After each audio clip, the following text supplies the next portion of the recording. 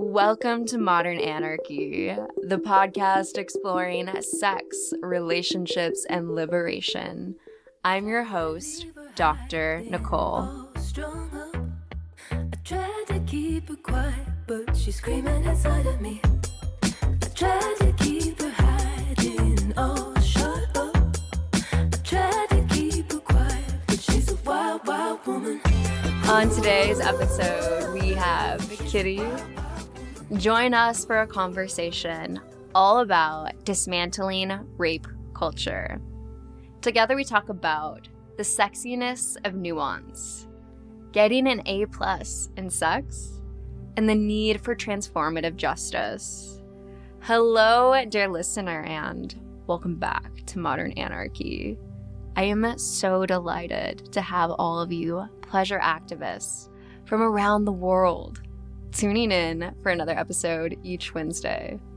My name is Dr. Nicole. I'm a sex and relationship psychotherapist providing psychedelic-assisted psychotherapy, author of the Psychedelic Jealousy Guide, and founder of The Pleasure Practice, supporting individuals in crafting expansive sex lives and intimate relationships. Dear listener, I feel so lucky to be bringing these episodes to you with people like Kitty, who can get so deep into the conversations that we need to be having about consent. I know it's hard. I know we all want that very simple black and white answer of who is good and who is bad. And the reality is that there's so much nuance to this conversation. I kept feeling like this is the moment where, the magician pulls out the scarf and it just keeps going. That's a lot of what I felt like this conversation was. We're like pulling one thread and then there's another thread and then there's another thread, right?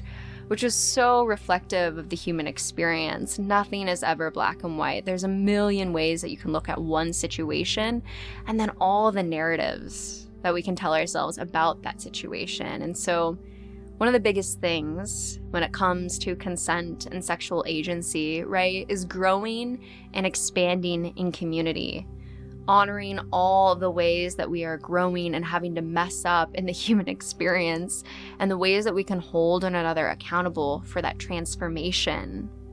Huge. And these are the conversations I'll be having in the space with you for many years to come, dear listener. And I truly feel so grateful that I get to bring you these powerful episodes with experts and leaders in the field, and truly, it is such an honor.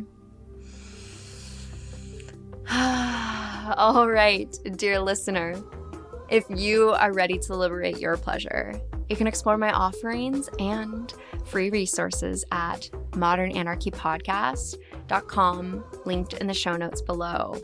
Dear listener, that's also where you can learn more about my upcoming Pleasure Liberation Sexuality group starting the first week of February. Again, this is only 6 spots. This is a deep, intimate container that I do once a year, every year, and we get into conversations and neuroscience-backed curriculum in ways that helps us to truly expand our erotic empowerment, our erotic intelligence, and bringing more pleasure into our lives. And so, dear listener, if you want to learn more about that, you can go into the show notes below, head on over to the Work with Dr. Nicole tab on Modern Anarchy, and I look forward to seeing your application soon and seeing you in February. And I want to say the biggest thank you to all of my Patreon supporters. You are supporting the long-term sustainability of the podcast, keeping this content free and accessible to all people. So thank you. And with that, please know that I'm sending you all my love, and let's tune in to today's episode. Dear listener, there's a space already waiting for you where you are invited to let go of every old script about sex and relationships and begin living a life rooted in your pleasure, empowerment, and deep alignment. I'm Dr. Nicole, and this is your invitation to the Pleasure Liberation Groups, a transformative, educational, and deeply immersive experience designed for visionary individuals like you. Together, we'll gather in community to explore desire, expand relational wisdom, and embody the lives we're here to lead. Each session is woven with practices, teachings, and the kind of connection that makes real transformation possible. And I'll be right there with you, guiding the process with an embodied curriculum that supports both personal and collective liberation.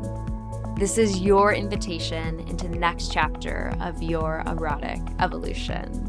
Say yes to your pleasure and visit modernanarchypodcast.com/pleasure practice to apply.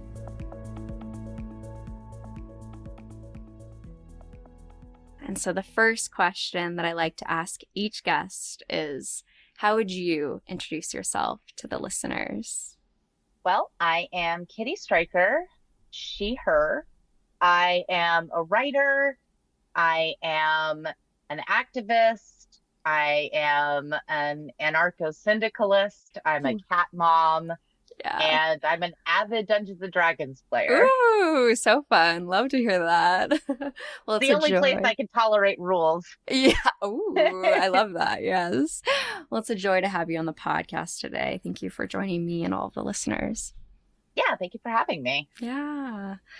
One of the key pieces of the show is holding space for everyone's personal journey. I feel like that provides so much context to the education and your wisdom and your lineage. And so I'd love to hear, how did you get into this space of becoming an educator on consent and all of these topics? Well, that started in my early 20s. I was having a conversation with a friend of mine who was also a leftist, also a sex worker. And we were talking about our experiences in the kink community in the San Francisco Bay Area. And as we were talking, we began to realize that we had had so many experiences of our boundaries being pushed or our consent being violated that we were expected to chalk up to part of the learning experience, that this was just part of being somebody who did submissive things or bottomed in these communities, and it couldn't be helped. It was just part of that experience. Yeah. And we asked ourselves, why? Why is that? Why is that so?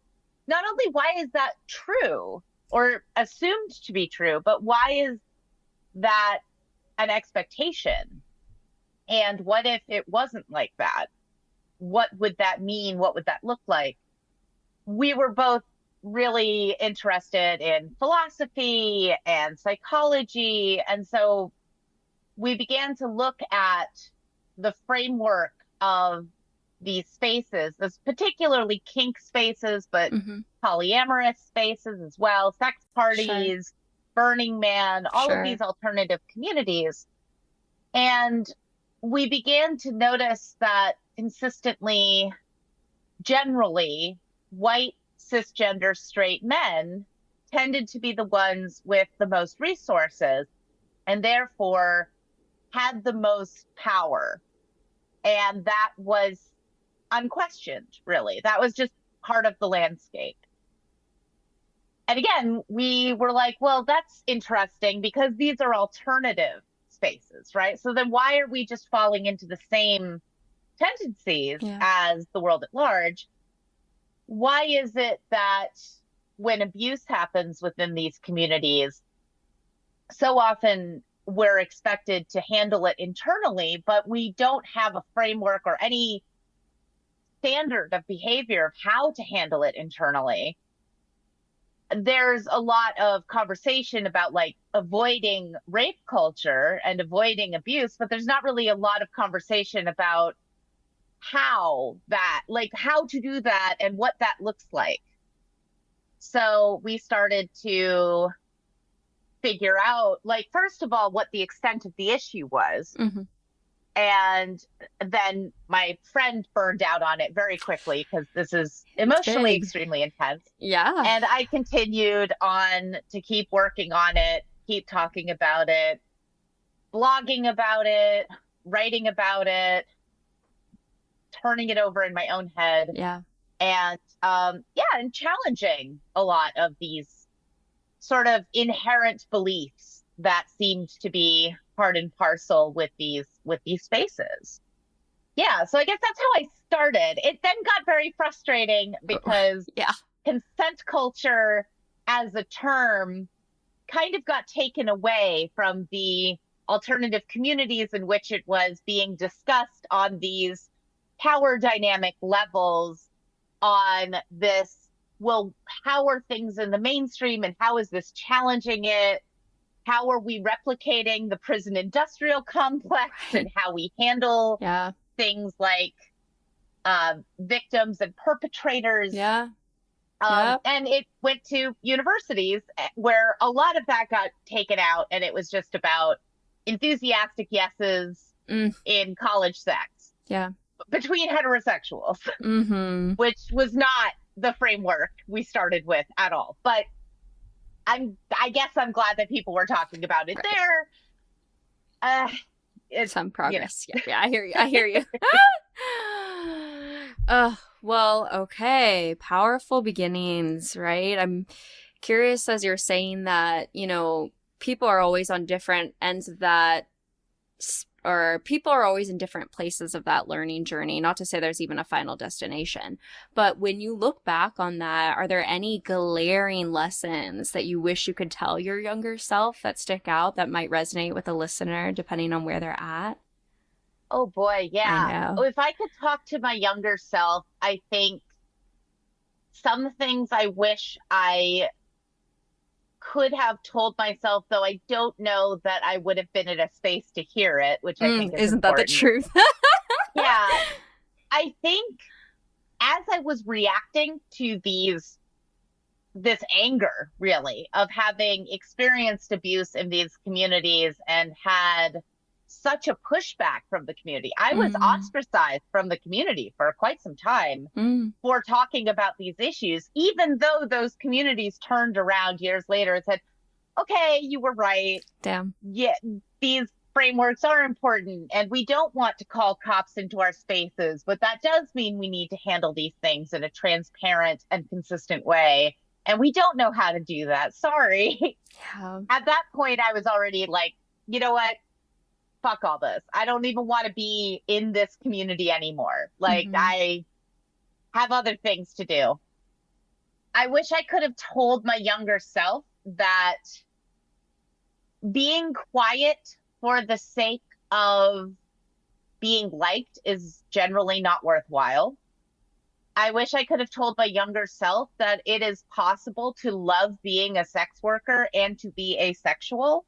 I put myself through a lot of stress by thinking that because I enjoyed sex work so much, but didn't really enjoy or seek out, I should say, sex in my personal life, that there was something wrong with me or something wrong with my partner. And it just turned out it wasn't a priority for me off the clock. I liked sexual performance. I didn't really care about it. I'm not sex averse. I just sort of am sex apathetic. Sure. And I wish I could have told my younger self that, because God, that would have saved me so much time and energy. Yeah. Because I really enjoyed being a sex worker. And when you're, especially during that time, if you were a sex worker, you had to either love sex and you were in it because you loved sex so much, or you hated sex and you were doing it for financial coercion. And I was a weird person in the middle where I was like, I'm definitely doing it for the money, but I also kind of enjoy the performance aspect of it. The fact that it's sex is kind of irrelevant to me. I think especially because I was raised pagan, and so I wasn't raised with the purity culture, shame culture that is so permeates a lot of our society. I didn't grow up with that at all. So I thought, oh, well, if sex work is not abhorrent to me, it must be because I love sex. Why am I not loving it in my personal life? Yeah. Is it me? Is it them? Is it that I'm not dating the right people? And yeah, I wish I could have told my younger self, yeah, it's not a priority for you in your personal life. You love doing it for money and you don't really Mm-hmm. care about it outside of that. And that's okay. Mm-hmm. That would have really helped me out.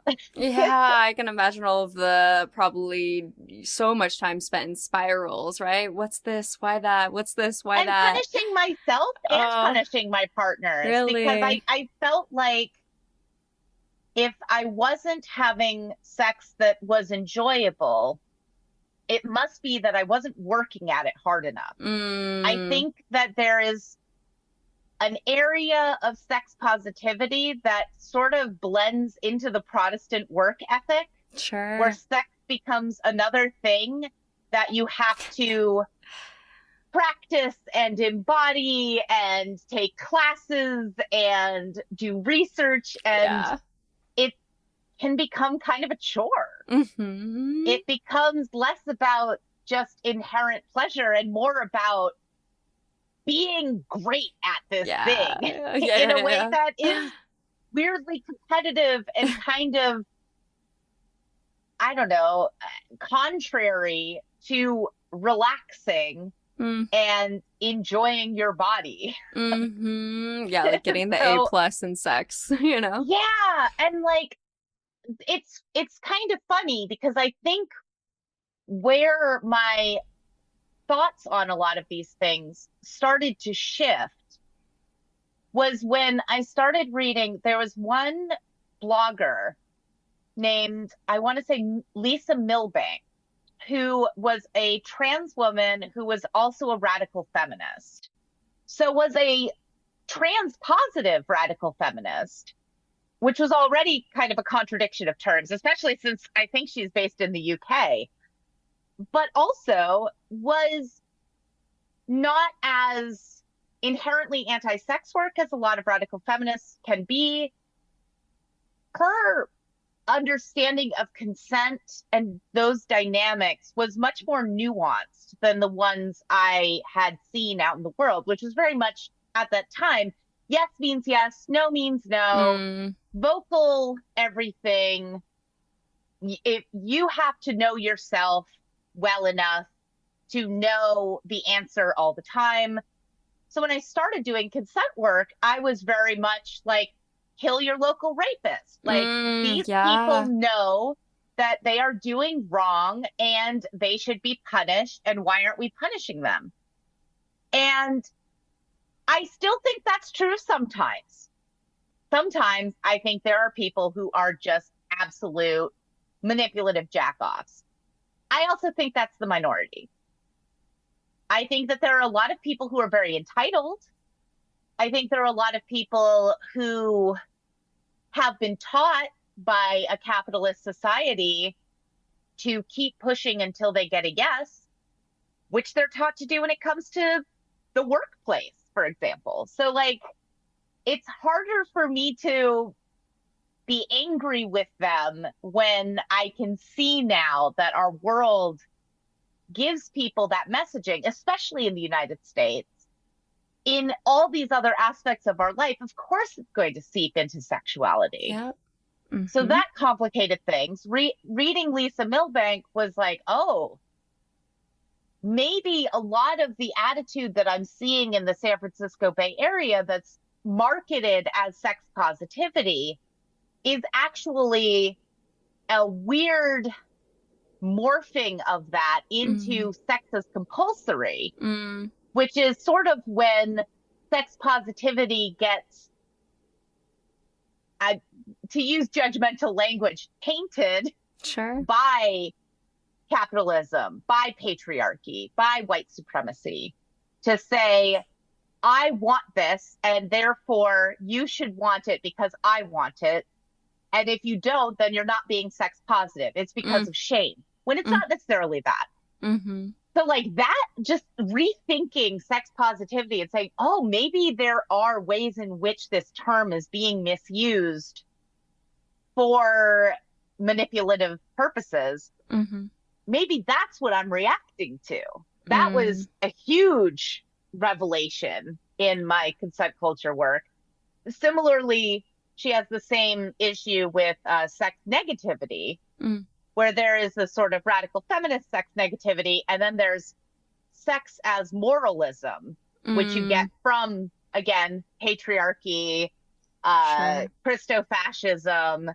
Those influences end up warping sex negativity or sex neutralism into desire is immoral. Mm. But Mm-hmm. that's not inherent in sex negativity any more than sex being compulsory is inherent to sex positivity. And that was just like, whoa, that Mm. exploded my brain in a bunch of delightful ways and caused me to look at the whole issue in a much more complicated way, which also broke my brain for sure for a few years.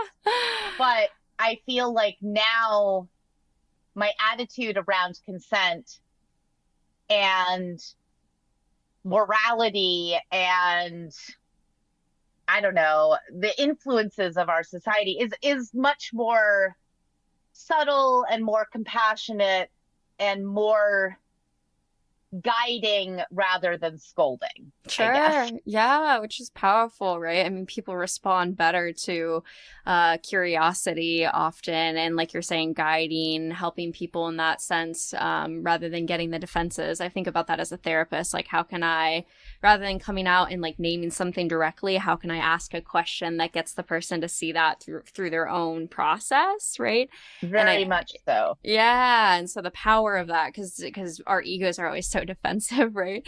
And I just Definitely. think about the systems that we all come from, right? And that delicate balance between pointing the arrow upwards towards the system that produces the behavior, the ways that we relate, as well as accountability. And what does that mean with restorative justice? Those are questions that I certainly do not have the answer to, but are certainly things that we explore in this space, right, of accountability.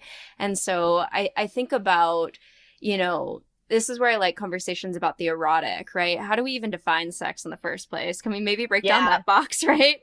And then beyond that, getting to a space of focusing on embodiment of pleasure, regardless of what that looks like. I really appreciate that conversation, rather than sex needing to be any sort of specific act with some sort of escalator, linear type play of what that's supposed to look like. How can we work on embodying more pleasure in whatever way speaks to you and your body and what that means? I find a lot of revolution in that vision. Yeah, for sure. I mean, also just embodying, period. Like, I'm sure I'm not alone in this, but like, I don't know, once I've hit my 40s, I suddenly had to be in my body in ways that when I was in my 20s and 30s, I could be much more apathetic about it. Yeah. Like now I have to go to bed at midnight. My body demands it. Mm-hmm. I pulled my back because I probably turned over in bed and like wrenched something. Mm-hmm. I have to pay attention to my body and what it needs on a level that isn't encouraged. Mm-hmm. It's not even necessarily about pleasure, but just like existing in a meat sack in the world and saying, okay, rather than taking pain pills and pushing through, rather than taking cold medicine and pushing through, I'm going to try to build a life where I can take a step back and say, okay, I need to rest.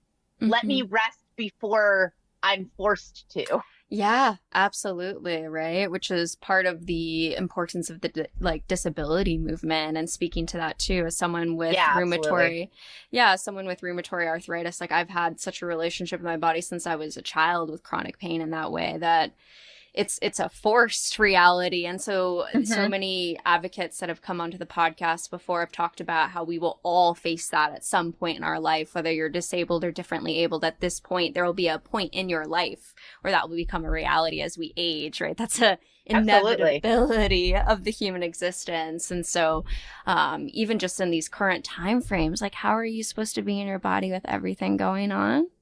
Yeah, absolutely. Well, and what? I mean, I think it's an interesting, because I know a lot of people who are afraid of aging because they are afraid of that. They are afraid of the pain. They are afraid of the loss of mobility Yep. or the loss of mental faculties.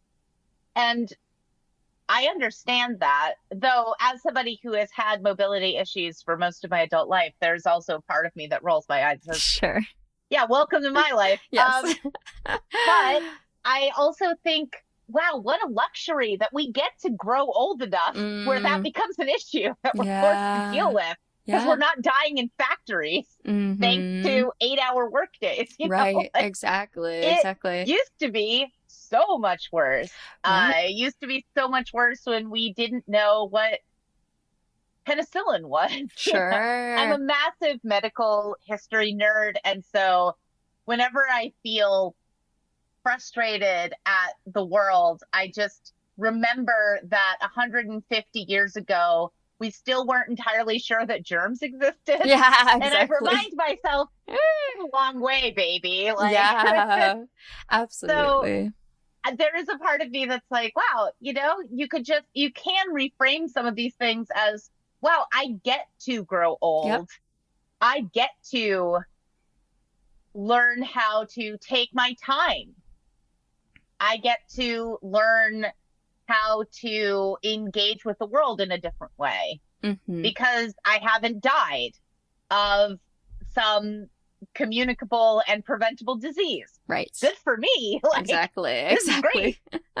So, not to be like a Pollyanna, because I'm definitely not. I'm certainly very cynical. I just think that it does remind me to be grateful that I get to experience the world in these different ways.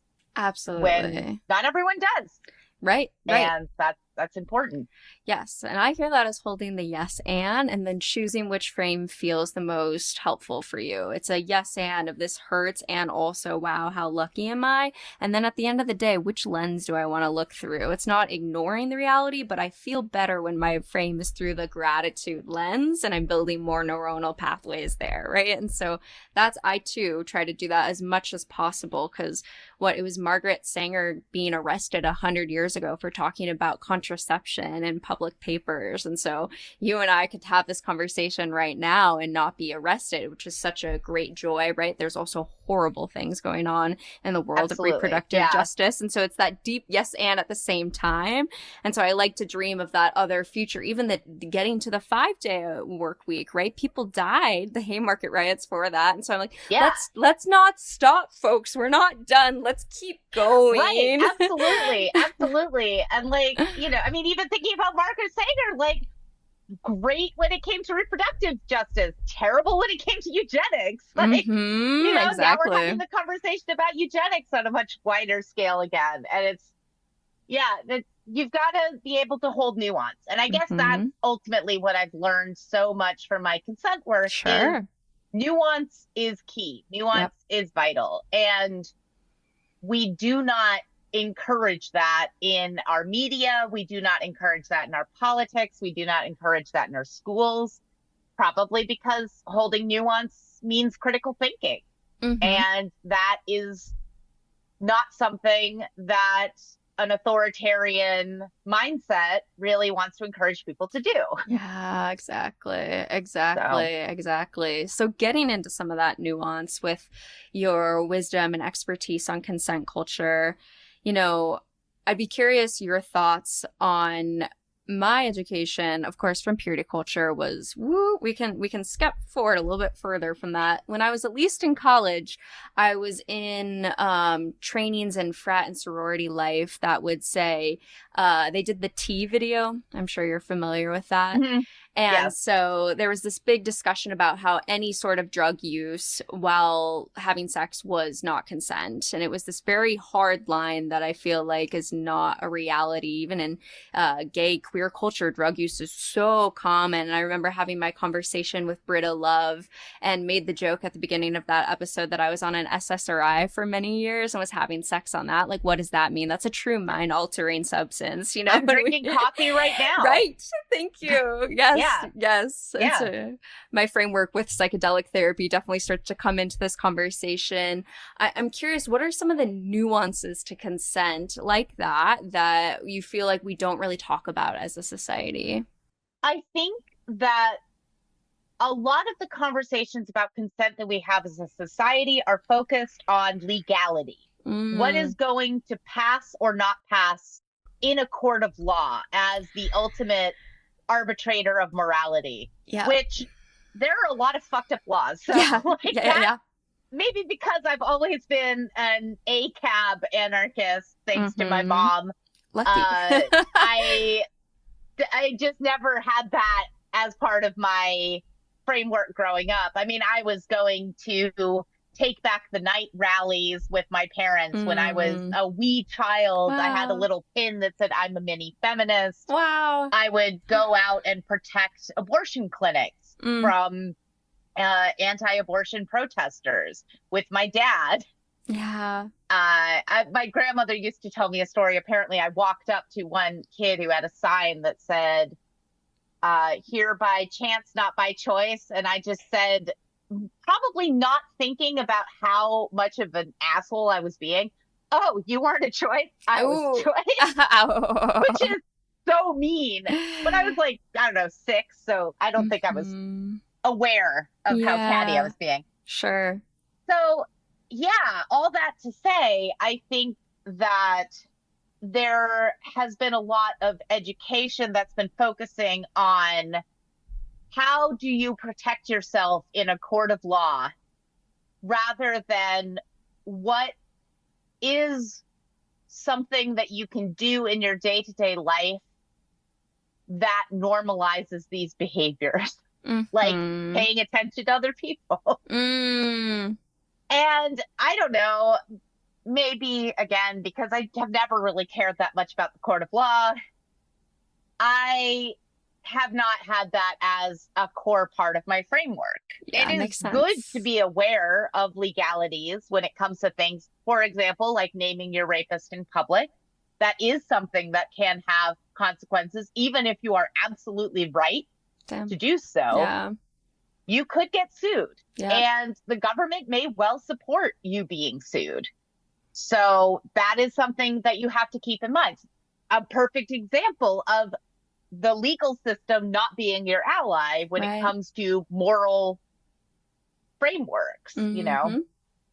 I have paid a lot more attention to things like body language, like being able to understand, is this person more of an ask culture person or a guest culture person? Do they tend to ask up front for the things that they want or need, or do they tend to prefer a guest framework that's more subtle and more, I mean, I'm an ask culture person, so my brain says more passive aggressive, but that's not necessarily fair. There are a lot of people who grew up in guest culture who are really good at reading body language and understanding subtlety in ways that me, as somebody who's been encouraged to be an ask culture person, I just don't always catch those cues because I'm just accustomed to, you will tell me what you need and want.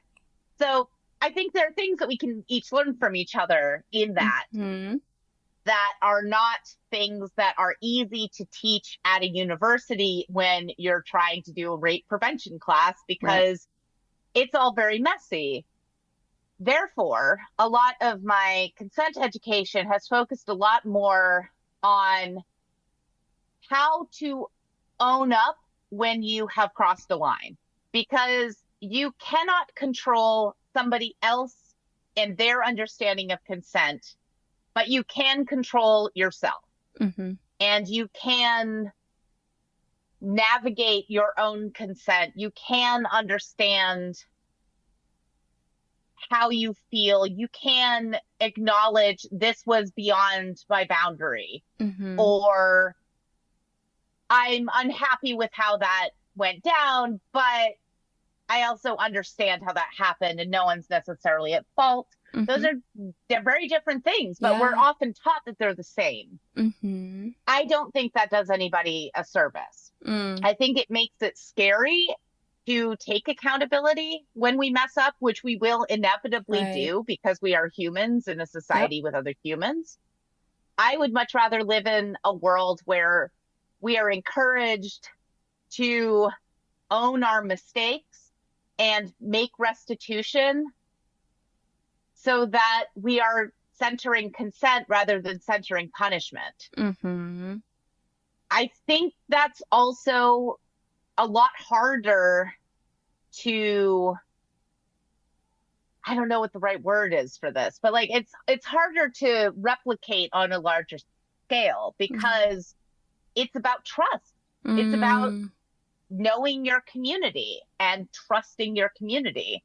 It's about self-knowledge, which is hugely influenced by your environment, how much you are encouraged to know about yourself, how much you are encouraged to trust in authority or trust in some innate biological whatever. That makes a big difference. So somebody who has been raised to believe that men are inherently the head of the household and they are the authority over women is going to have a very different understanding of their own consent than somebody who is raised in a household that firmly believes in gender equality. And even then, as somebody who was raised in a very feminist household, I still ran into issues where my consent was violated, or I wasn't sure if my consent was violated or not. And I had all of the tools. So if I had all the tools and all the framework, and I went to model mugging and I learned how to beat up a rapist if they jumped out at me from behind a bush, and I still experienced sexual assault because I hadn't been taught the subtlety of, hey, sometimes it's a person you know. Yes. Usually it's a person you know.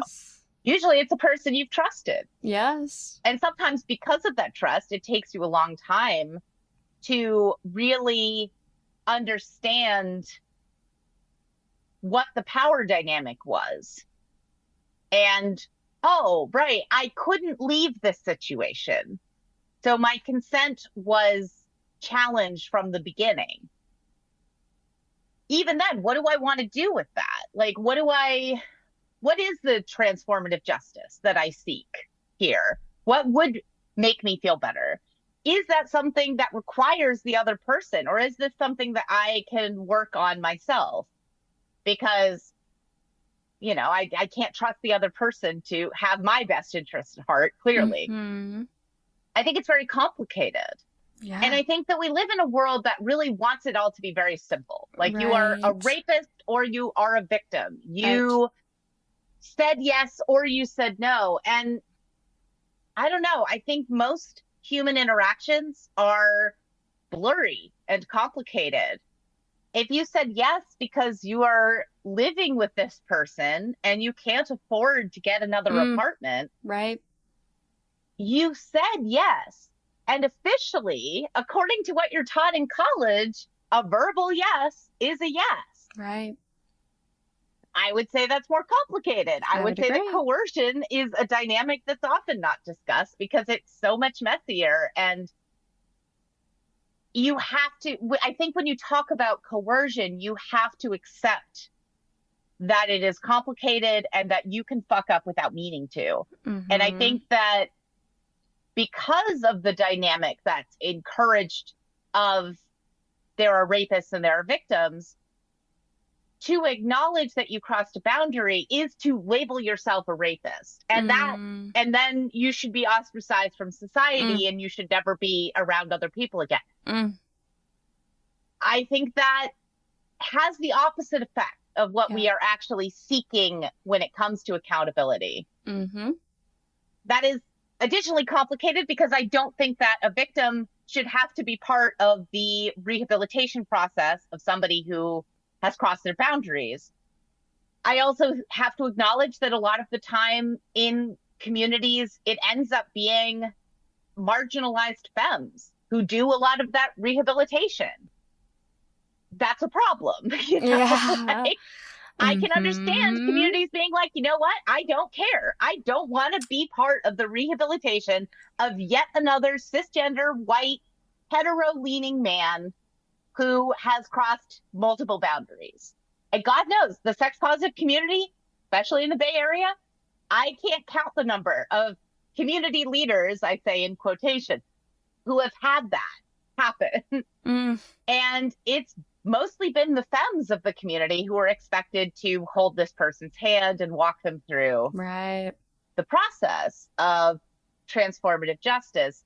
Is that in fact transformative, or is that mimicking the same society that we're trying to challenge and do something different from? It's exhausting. Yeah. Like, it's exhausting to live. It's exhausting to be in my own brain. I hear where you. I'm thinking about this stuff all the time. I hear you. I think that, yeah, it's just, our society wants it to be really, really easy because they want to know where they stand. And I think that's a very human thing to want. And I also don't think that is the way of the world.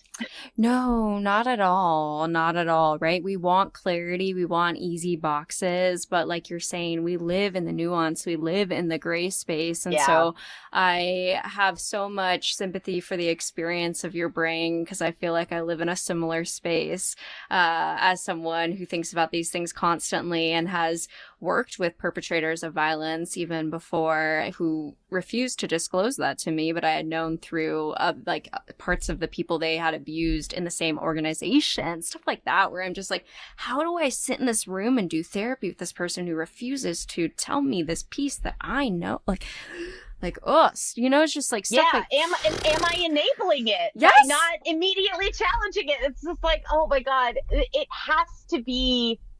Ugh. It has to be more nuanced than that. Mm-hmm. And I think strangely, as much as I have been a rabid anti-fascist for, again, my entire adult life, I have also become more subtle in that. I have gone away. I still agree with and support that, for example, punching a Nazi, I think, is an inherent good. I also think it's important to recognize that I want to be damn sure that the person I'm punching is in fact a Nazi and not just an edgelord. Because the morality of just punching an edgelord for being edgy, I mean, I'm not going to cry over it, but it's not personally my vibe. And that led me to think a lot about things like even guillotine jokes. Sure, yeah, eat the rich, right? Except I have a lot of friends in tech who are doing incredible things with their ill-gotten tech money to support sex workers, to support houseless people, to support people who've been thrown in jail for, you know, psychedelics or marijuana charges. Yeah. I don't want those people to be first against the wall just because they happen to have more financial resources. I think they're being as responsible as they can be with those. So it just becomes complicated. I also know some poor people who are real dicks. So like, I don't know. I don't think that just because somebody is this identity, necessarily that should impact them forever. I think we got to look at behaviors. I really liked how Mia McKenzie, who used to write Black Girl Dangerous, she wrote this piece where she talked about not using the word ally anymore, that you were either working in solidarity with or you weren't. Being an ally was an active term that you had to be constantly choosing allyship. Sure. And it wasn't something you got to decide for yourself. Other people had to decide that for you. I think that works really well for me as a framework, where it's about what are the consistent behaviors? Because I'm not inclined to call somebody an abuser because they fucked up once, necessarily. I mean, if it's really severe, maybe. What really severe means relative. Who am I to decide that? This is why I'm not a judge. On the other hand, I'm much more inclined to look at consistent behaviors. Is this something that they do with multiple partners, with people at their workplace? Even if it's more subtle, if it is more consistent, I am going to be much more wary of that person because I have seen a tendency rather than a mistake. Mm-hmm. And for me, I feel like that has been a lot of my education with consent culture Yep. stuff, is looking at those tendencies within ourselves.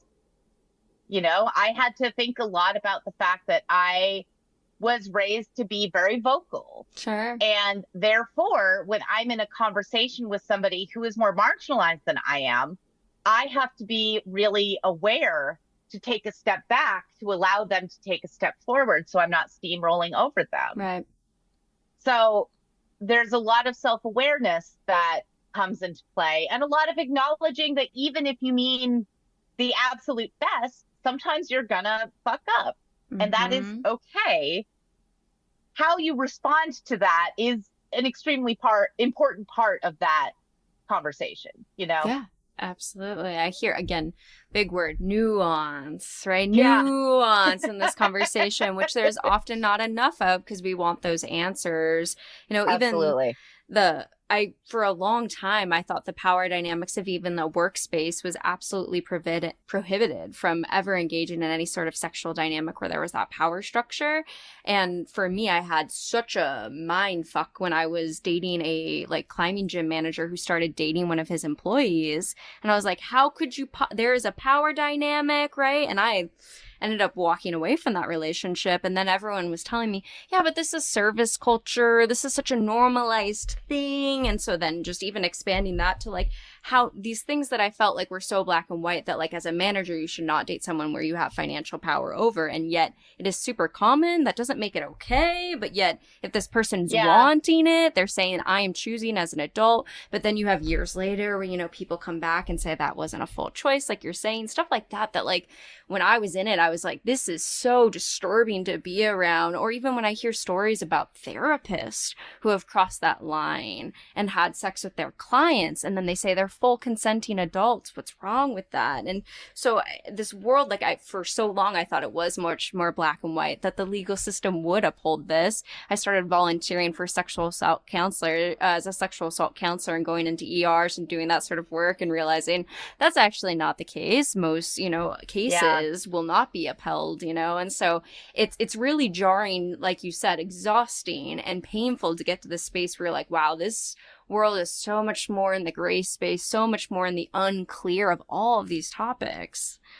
Yeah. And I think one of the things that doesn't get talked a lot about, and I do understand why, because it is kind of scary to think about, is that sometimes you tell yourself that you are making a choice because to understand the ways in which coercion comes into play makes you aware of the lack of your own agency in your life. And that's terrifying and horrifying and upsetting. And a lot of people don't want to have those thoughts. I get it. It completely ruined me to think about that for a while. Sure. I wouldn't say it's exactly the same, but in all of my reading about deconstruction that I've been doing to support, I mentor an evangelical teen. So I've been reading a lot about deconstruction to support him, even though I was raised pagan. So all of that stuff is foreign to me. I joke with him a lot that I've probably done more Bible study with him than I've ever done in my life. But in learning that and learning about his growing up, it also taught me a lot about the ways in which he had to believe that he was making choices for himself, even though to me it was very clear that there were external influences over almost every aspect of his life. He was homeschooled. He was going to church 3 or 4 times a week. His family really didn't encourage him to have friends outside of the church. Every aspect of his life was controlled. But for him, he sort of protected his brain that, well, but I get to choose this church group or this church group. So that's a choice that I get to make. I get it. I totally get it. And I had to be so careful talking to him about deconstruction in the gentlest ways because I didn't want to break him. Sure. I feel like it's very similar when it comes to sexuality. and sex positivity. I can't count the number of particularly women I have spoken to over the years who say, I thought I was being really sex positive, but now I realize that I was getting sexually used by men in this community in order to feel wanted. And I thought I was consenting. I told them I was consenting. Right. I can't really blame them for thinking I was consenting. Yeah. There is no social reason for them to question my consent. Why would they? It benefits them, you know? Yeah. But it can be really emotionally intense to then look back and say, oh God, like, I don't think that this was good for me. But it's not really my fault, and it's not really their fault. And society wants me to blame somebody. Yeah.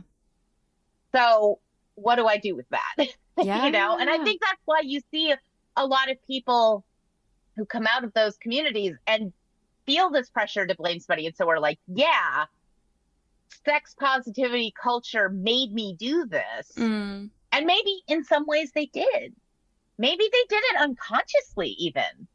Maybe sex positive community is being influenced by this sex is compulsory and hasn't really explored that and hasn't really thought about who's on the art in their sex party spaces. Sure. Is it mostly white submissive women and dominant white men? Like, how do you think that might subtly impact people in those spaces? It's a lot to think about. And so I think there are ways in which we can be aware of those larger dynamics, but at the end of the day, I think the only sane thing to do is to own your own shit and to offer space for people to begin to wrestle with these complications without having to make a firm decision, without having to criminalize somebody or guilt somebody or guilt themselves, but to just exist in that nuance of complicated feelings.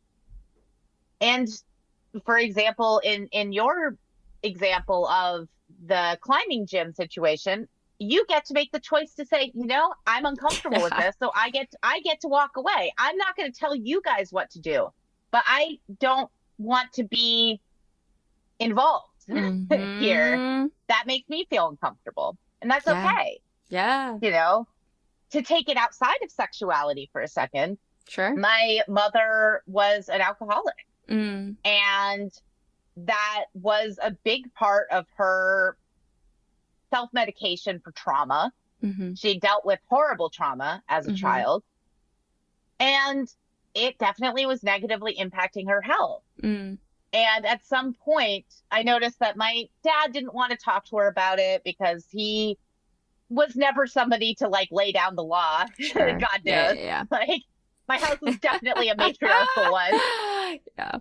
And I was wrestling with having gotten sober and not wanting to make demands on somebody else. At the same time, I felt if I didn't say something, would I regret that? And I remember having a conversation with my mom that said, look, I'm not going to tell your doctors stuff that you're not comfortable with. I do think that there are things that you are experiencing that are being negatively impacted by the alcohol you drink. However, you get to make that. It's your body. It literally is your body, your choice. So as long as you are aware and you are making an informed decision, I am okay with that. I let go of that. But I do want you to be aware that this is part of the choice that you're making. Right. Even if nobody else is telling you this. I say that without judgment. I say that without an expectation of what you should do. I just want you to think about that.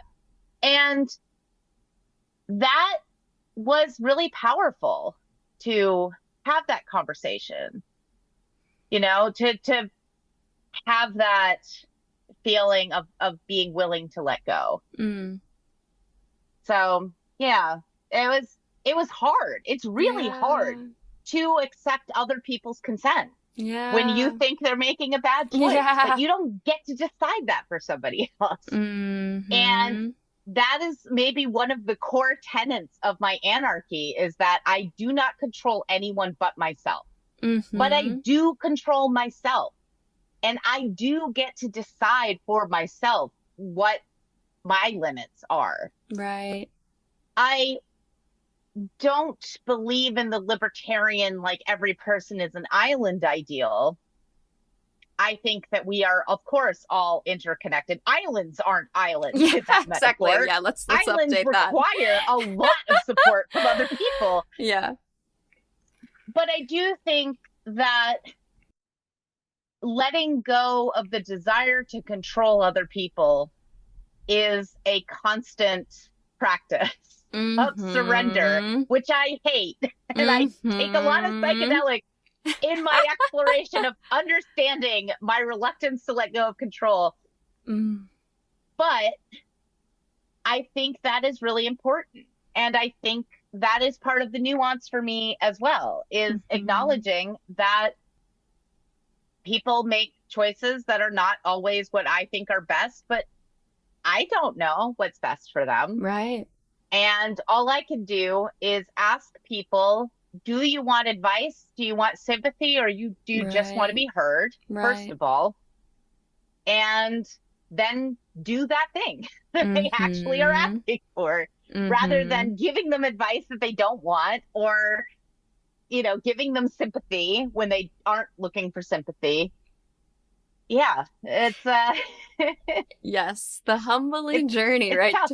Yep, to sit back and say, I do not know what's best for this person. I think that was something I really struggled with working with domestic violence survivors, right? And when someone's in that sort of, or even actively in it, right, that, or even less even into that spectrum, but when I hear things in a therapy office and I'm like, why don't you leave this person? Leave them now. And obviously there is a complete range of danger and needing to evacuate. But there is this in-between space where my brain would constantly be like, leave this person. My supervisors would always remind me that just because that person leaves that person, it doesn't mean they're going to get into a better situation. It could actually be worse, Nicole. And so what if you sit back and hold that space and hold the space of maybe they leave or they don't leave, and you support them in that, right? Obviously there's that dangerful, like, risking of life death situation, but a lot of the rest of this is like, how can we sit back and ask for what people need? And harm reduction. Yeah, exactly. Right? Yes, exactly. Yeah. And I mean, it's the same thing mentoring this evangelical team. Like, there were definitely moments where I was like, okay, run away from home. And I had to be like, no, because this kid has no experience of living in the real world. And like, maybe there are ways that we can give him access to, for example, we talked about, okay, you're homeschooled. Maybe we could persuade your parents to let you go to community college to take some classes to supplement your homeschooling, because it will be cheaper for you to go to community college and then transfer your credits than for you to start at a 4-year university. And that would be a way for you to begin to learn things outside of this enclosed environment. But we are selling it to your parents under the guise of something that they are more inclined to support. So they're like, which then we had a whole conversation about, like, is it moral to lie to your parents? Right. And it's like, sometimes, nuance. Nuance. You know? Nuance. Which is why I'm like, my next book is, I think the title is actually going to be what I've been jokingly calling it, which is A Good Kid's Guide to Rebellion, which is that I want to write about ways in which you can encourage critical thinking and learn about harm reduction and learn about things like financial choices when you have lived in a high control environment and you have not been exposed to that kind of nuance. It is overwhelming to leave a high control environment and suddenly be confronted with all of this nuance. Some kids, I think, go out into the world and become hyper religious as a way of protecting themselves and closing down because that feels safer to maintain what they've known. And other kids go the complete opposite direction, have zero harm reduction strategies in place, and go wild. Yeah. Both of those are totally understandable reactions. But I do think there are ways to prepare teenagers for that world without all or nothing. Right. You know? Yeah. And who better to teach them than a pagan anarchist who has been a bad kid their whole life? It feels like I joke a lot with this teen that I am the snake on the tree of knowledge of good and evil. Sure. Saying, well,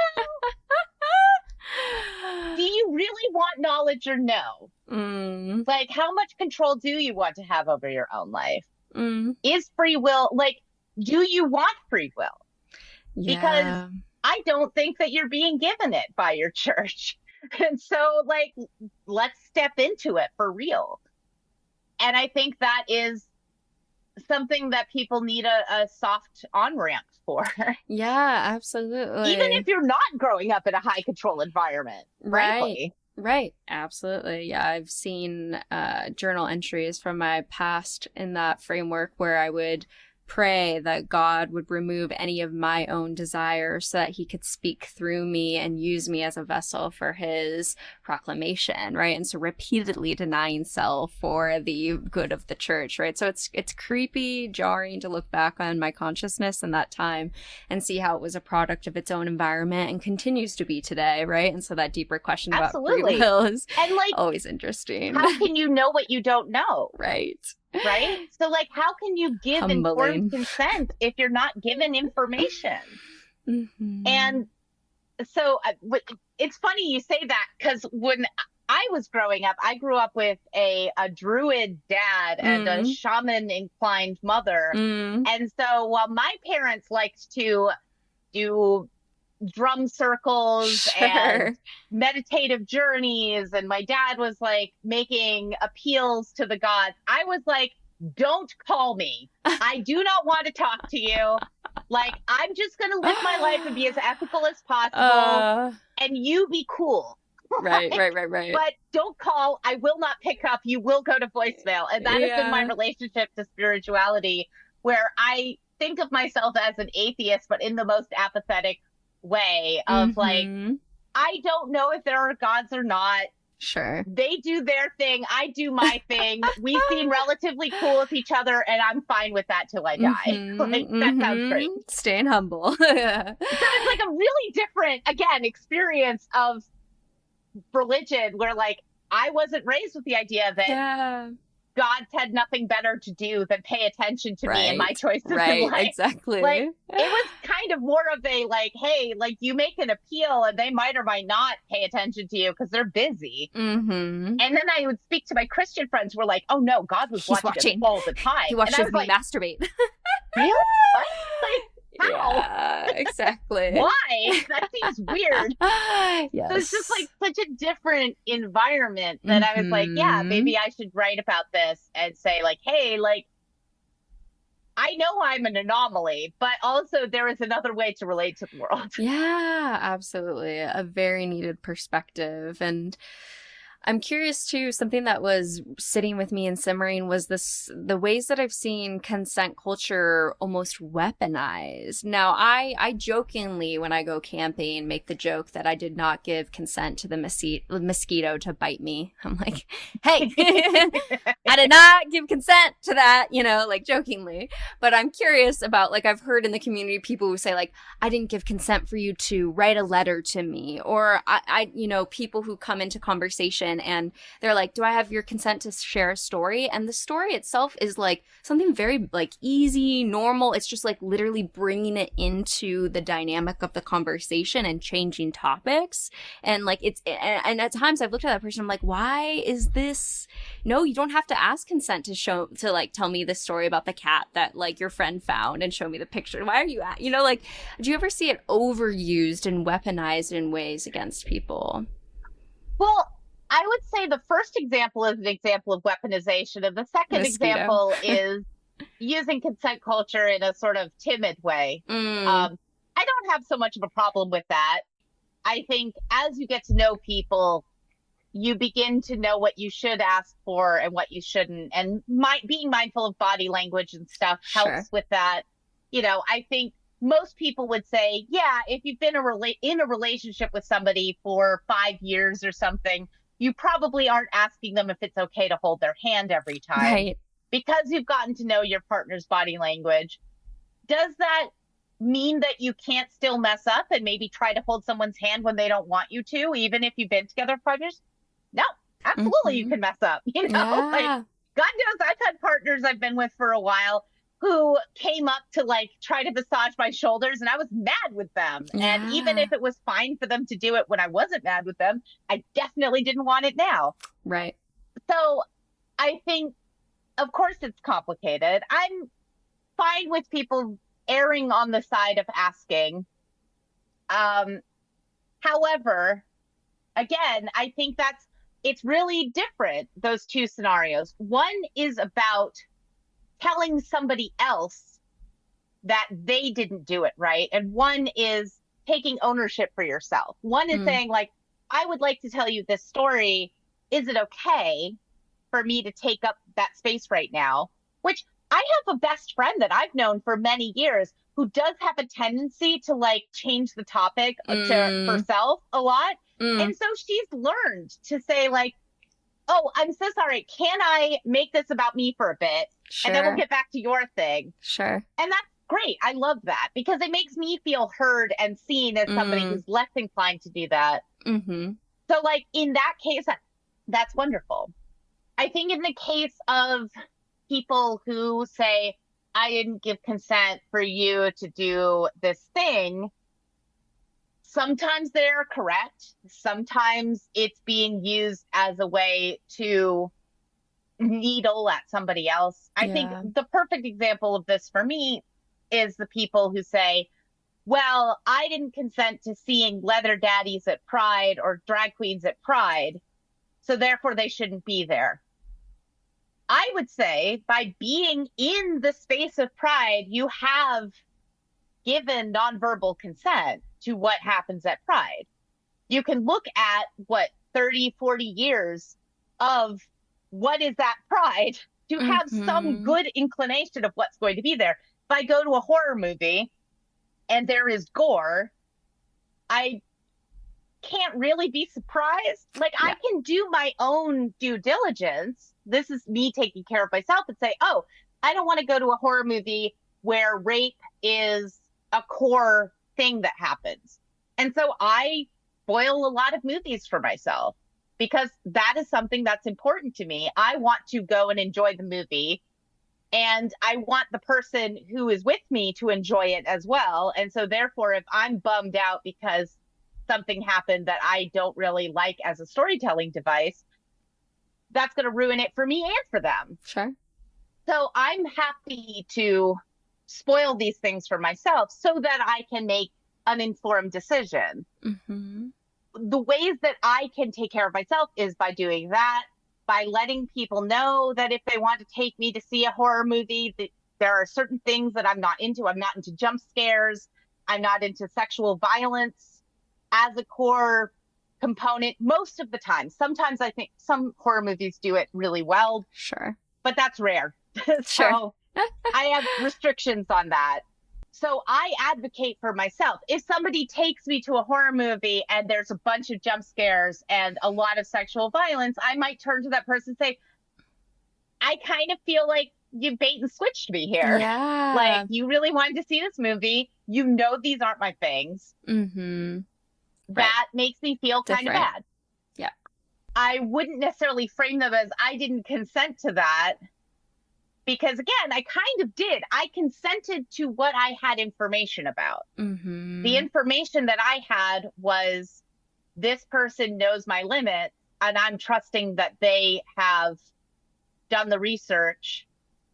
I also have to acknowledge if I didn't do the research as well, I do have some ownership there that going to see a horror movie is already kind of a danger zone. If we're going to go see a Disney movie, I can be pretty sure there aren't going to be jump scares and there aren't going to be sexual violence. So like, there are areas where it's a little more risky And I Sure. have to decide how much of a risk I'm willing to take. I think if I had repeatedly told this person these limits and they repeatedly broke those limits, I would say, I really can't trust you to respect Mm-hmm. those limits. And Mm-hmm. therefore, I'm not going to go see movies with you anymore. Yeah. I can't control that this person might not remember those things because for them, it's not a big deal. Mm-hmm. Or maybe they think that if I just build up a tolerance, I'll be more okay with it. Yeah. For me personally, and this isn't to say this is the right way, I don't care which one of those two things it is. I care about the result, which is that I am being exposed to something I have clearly stated I don't want to be exposed to. Mm-hmm. And that has impacted my trust for this person in making those Yeah. kinds of judgment calls. Yep. I wouldn't be wrong to say that I didn't consent. I wouldn't be entirely correct either. So I think that's where you get into that nuance and that like sort of coercion zone or like little manipulations where if somebody really wants you to do something, they'll kind Mm-hmm. of block out the reasons why you wouldn't want to Yes. and favor the reasons why they think you would want to. That's just something humans do all the time. So do I think it's malicious? Mm-hmm. Not necessarily. Is it exhausting? Yes, absolutely. Yeah. I think it is really hard to figure out where are the lines when it comes to things like consent. I don't agree that Pride needs to take into account sex repulsed asexuals. It's not a space where that is guaranteed. And that is okay. I think for the greater good of that space being held for things that society has considered sexually deviant for a very long time, I think that's important to have in public. Mm-hmm. And if I am not feeling that vibe, I just won't go. I don't think they have to morph to me. I think I have to make a decision for myself. Do I think it's frustrating that many Pride things are at bars or where alcohol is extensively available? Yeah. I don't go to a lot of Pride stuff because of that. And it is kind of disappointing. If I wanted to change that, I would probably do something myself and create a space. But I am that kind of person who will make an event, will find a way to create the space I want to see. I have the time and the energy to do that. Not everybody does. So I see that argument as well. Mm-hmm. You know, like, yeah, it would be nice for more Pride spaces to have less sexual, at least sections or sober sections. And I mean, in San Francisco, those exist. Yeah. So I think you can have both of those things. I don't think it has to be an either or. I think it can be a yes and. And I wonder why there is this tendency to say, I want this, and therefore you all have to conform to that. Yeah. I think it is a very Christo-fascist idea. I want to have a life that is surrounded by Christianity, and therefore everybody around me, the entire United States, must do that as well. Yeah. Why? Yeah. You know, like, you're perfectly capable of living in that space if that's what you want. Why do I have to do it? You know, Mm-hmm. because it validates that person. You know, I think that's where, but that's controlling. That is you trying to control other people and their decisions based on your own desires. Right. Right. Yep. So, yeah, gotta let go of those tendencies. I don't know what the answer necessarily is when it comes to. I mean, I will say I am very dismissive of people who don't want leather daddies and drag queens to be at Pride. I think they have more rights to be at Pride than basically anybody else. Yeah. They fucking started it. Right.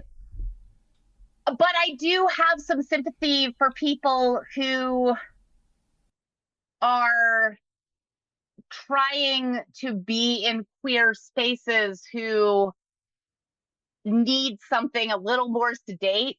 I think it is possible to make those spaces and to find those spaces. And if it is a priority for you, I think you can do that. So I think both of those spaces are important. Mm-hmm. Yeah. I do see a lot of people like weaponizing therapy speak more generally. Like everybody who acts selfishly as a narcissist, it's not statistically possible. I think, unfortunately, we live in a society that really encourages and prioritizes selfishness and entitlement, and therefore people act in that way. Does that mean you're a narcissist?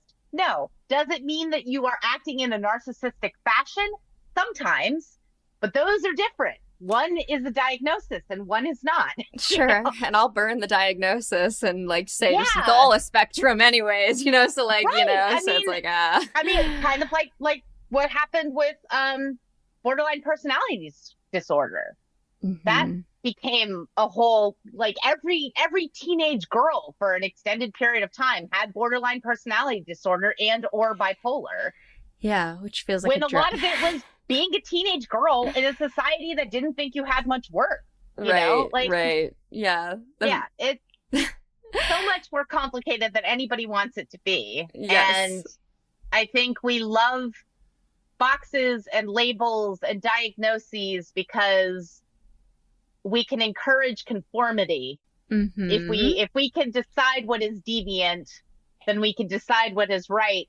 And we can punish the deviant or we can medicate the deviant and make it right. Yep. And that's just not how people are. Yep. Yep. People are complicated. People can be assholes one day and be the nicest people the next. A lot of religious people are both things all the time. Mm-hmm. Reverend Jim Jones, of all people, was initially trying to do something anti-racist, He did it badly, and it had disastrous results that ended up being actually super racist. I think it's important to acknowledge both of those things because I think it's important to acknowledge the complications and the nuance, and that you can initially mean well and lose the way. You can never have meant well, but be able to manipulate people by making them think that you meant well. Yeah. Sometimes you don't necessarily know the difference. Yeah. It's going to take you time to figure that out. Right. I definitely had a moment where I realized that I was kind of a bully to my friends in high school. And I didn't know that I was doing that. I didn't mean to be doing that.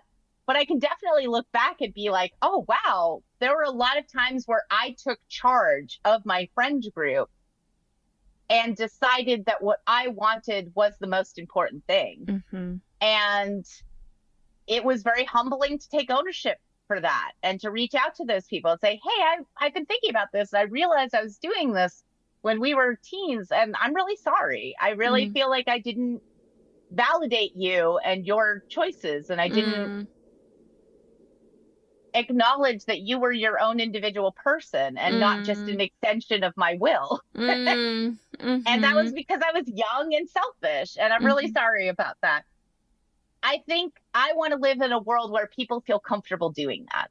And not in a world where people feel like they have to double down, because to acknowledge that you fucked up is going to lead you to be isolated and demonized forever. Because the strategy of isolating and demonizing people forever, it's clearly not working. Yeah, which is part of why I don't like the DSM, right? So you can come to my DSM burning party, like just throw it on the fire.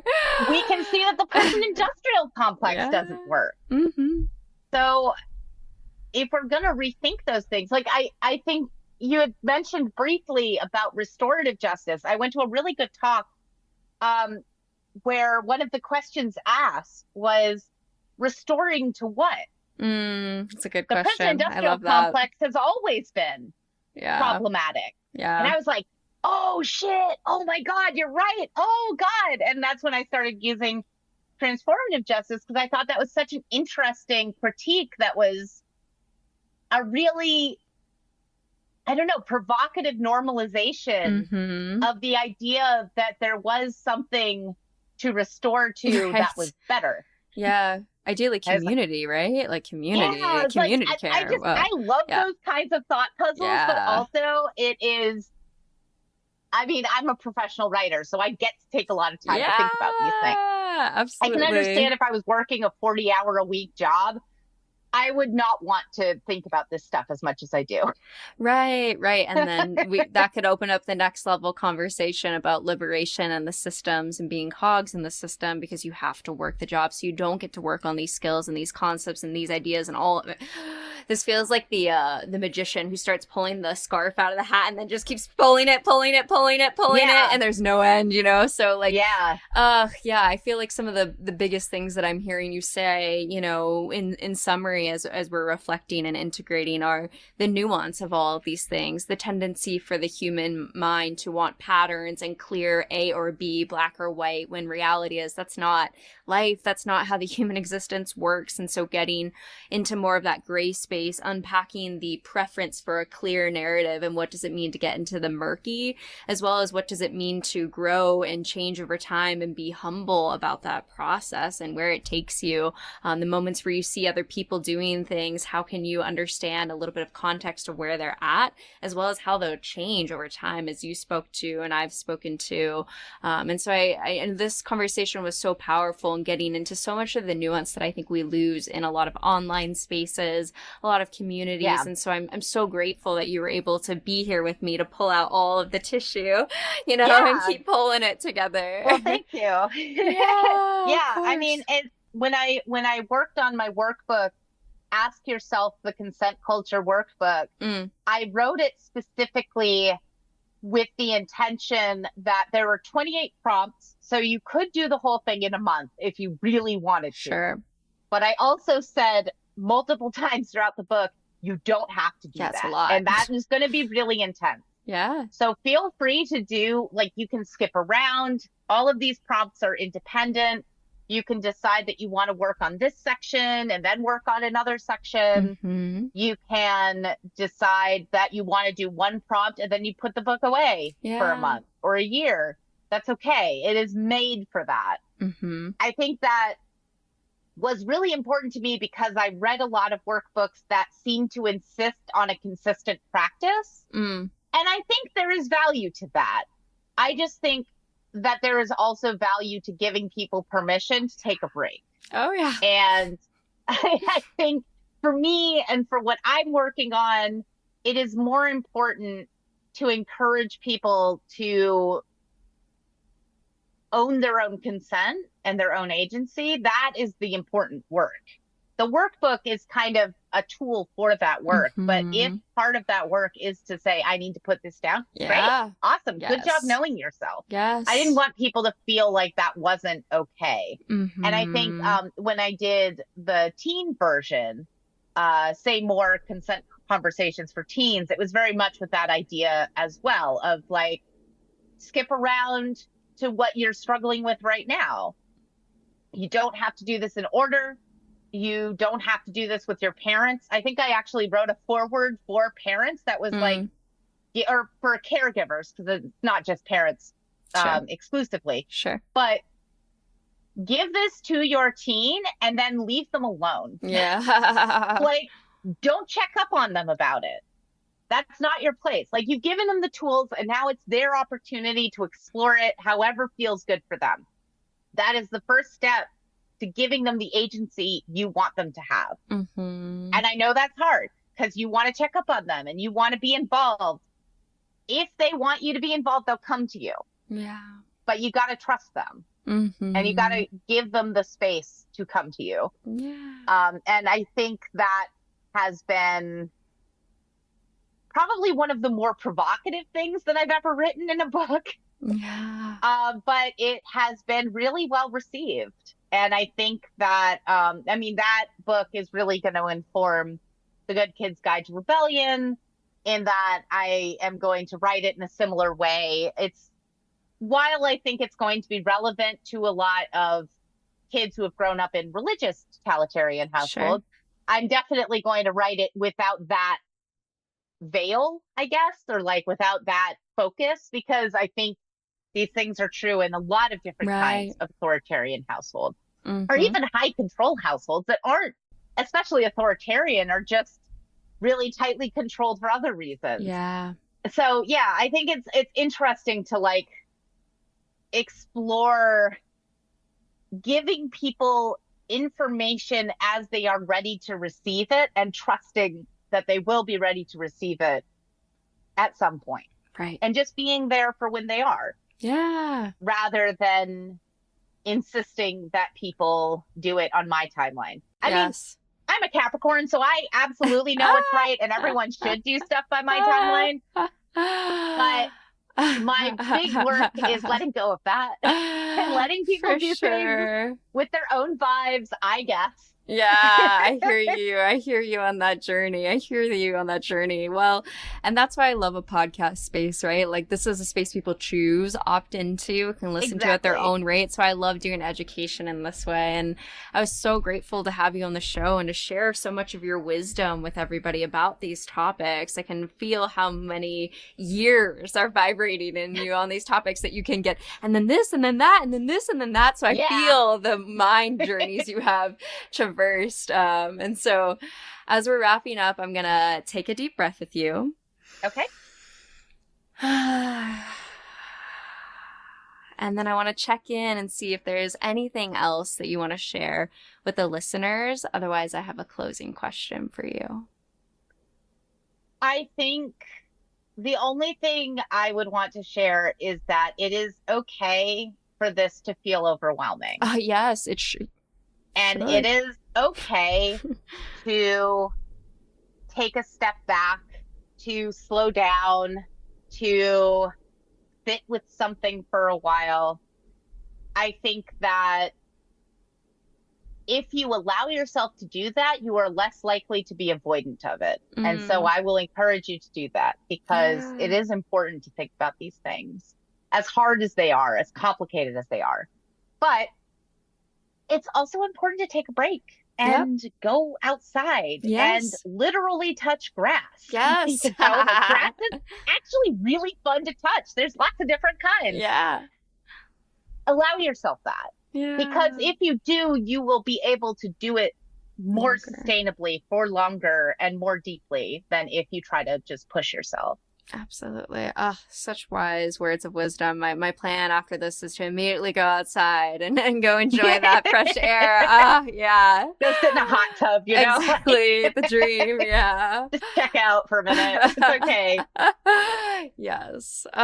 Well, then, if it feels good to you, I'll guide us towards our closing question. Yeah, absolutely. Okay. So the last question that I ask every guest on the show is, what is one thing that you wish other people knew was more normal? Uncertainty. Ooh. Yeah. I think people think other people know stuff that they don't know. I think so much social media jealousy and competition is because you think that other people have it more together than you do. I think so many people get sucked into cults and MLMs and controlling religions and controlling relationships because they think that other people are more certain than them and therefore they should trust that certainty. Mm-hmm. It's not true. I think most people don't know what the fuck's going on. Sure. And I think the people I trust more and more are the people who just own up to that. When I first started the consent culture journey that I've been on, I initially would say that I was a consent activist because that felt more comfortable. And as I've continued on, I have become super suspicious of people who say that they're consent experts because I don't think that's possible. And I think anybody who markets themselves as a consent expert, you should kind of look a little, they probably don't mean anything by it. Yeah. But how is anyone an expert on anything? We're all constantly learning. And so uncertainty is normal and is cool. It's actually super exciting to be in a state of constant learning. Like that's actually awesome. I think the more that you can sit with that uncertainty and be comfortable with it, the less likely you are to be defensive, the less likely you are to not trust your own gut, the less likely you are to get sucked in to somebody else's certainty. The more you're going to be willing to ask questions about somebody else's certainty, which I think is good and healthy. Yep. So, yeah, I would say uncertainty. Yes, absolutely. Right. I feel in some ways privileged as a therapist because people bring that into the room where they're like, I don't know what I'm doing. I don't know this. I don't know that. And so when I'm surrounded by that, that gives me that reminder that I'm not the only one who's equally wondering, what am I doing? Am I doing this right? And so often I wish I could give some of my more anxious clients that same experience of having a full caseload and seeing how many other people are like, what? Right. Yeah. I think maybe one of the most provocative things my therapist ever said to me, I was freaking out about like, oh, what if I'm not handling, like, what if there is all this trauma in my life and I'm just not handling it well? And I'm putting it all into boxes in the closet to deal with later. And one day I'm going to open the closet. It's all going to come pouring out of me. And she said, what if putting it into boxes in the closet is you dealing with it? Yeah. Organizing. And I was like, oh, that's interesting. I never thought about it that way. Like maybe that is the process of handling these things, is that they don't necessarily have to go away, but like now I know where they are, and when I need to take them out, look at them, I know which box it's in. Oh, maybe that is actually functional. Like, maybe that's not something I'm doing wrong. So like that was very much learning to live with the uncertainty, learning to be the tarot card, the fool. And trusting that I can step off this ledge and it will be okay. And at least it'll be different. And I will probably be okay at the end of it. Either way. You know? Change is the only inevitable, and I am a humble learner of that process for a lifetime. Yes, absolutely. Kitty, well, it was such a joy to have you on the podcast today. I'm sure everyone is thinking, where can they find you? Where can they get your book? Please plug all of your resources that everyone can come and find you. Yeah, absolutely. So you can find my books at Thornapple Press. I think you can find them on bookshop.org, which is where you can order them. That will go to indie bookstores if you don't want to use Amazon. You can also probably find them at your local library. My name is Kitty Stryker. That's KITTYSTRYKER. And you can find me less so on Facebook. I'm trying to wean myself off of it, but I have a page there, officially Kitty Stryker, where you can find out book events that I'm doing or podcasts that I'm on, see a little bit about books that I'm working on. I do have a Patreon that you could sign up for, which is just Kitty Stryker. And that's where I post excerpts of books that I'm working on. I get feedback from people. And I'm also on Medium as Kitty Stryker. Basically, if you Google Kitty Stryker, you will find me in a lot of different places. That's probably going to be the easiest because every once in a while I have to change it to like Kitty_Stryker or something. I will say don't Google me if you are at your workplace, because not all of the links will be safe for work. I did work in the adult industry for 14 years. So just be aware of that. But for the most part, it's probably going to be my books and me ranting about payment processors. So good. So good. And I'll make sure to have some of those links that you sent me in the show notes below. That way, for some people, dear listener, if you don't want to go through the process, they're linked in the show notes. I will have them for you. So, Kitty, thank you so much for joining me and all of the listeners today with sharing your wisdom. Thank you. Yeah, thank you so much for having me. This was really fun. Of course. If you enjoyed today's episode, then leave us a 5-star review wherever you listen to your podcast. And head on over to modernanarchypodcast.com to get resources and learn more about all the things we talked about on today's episode. I want to thank you for tuning in, and I will see you all next week.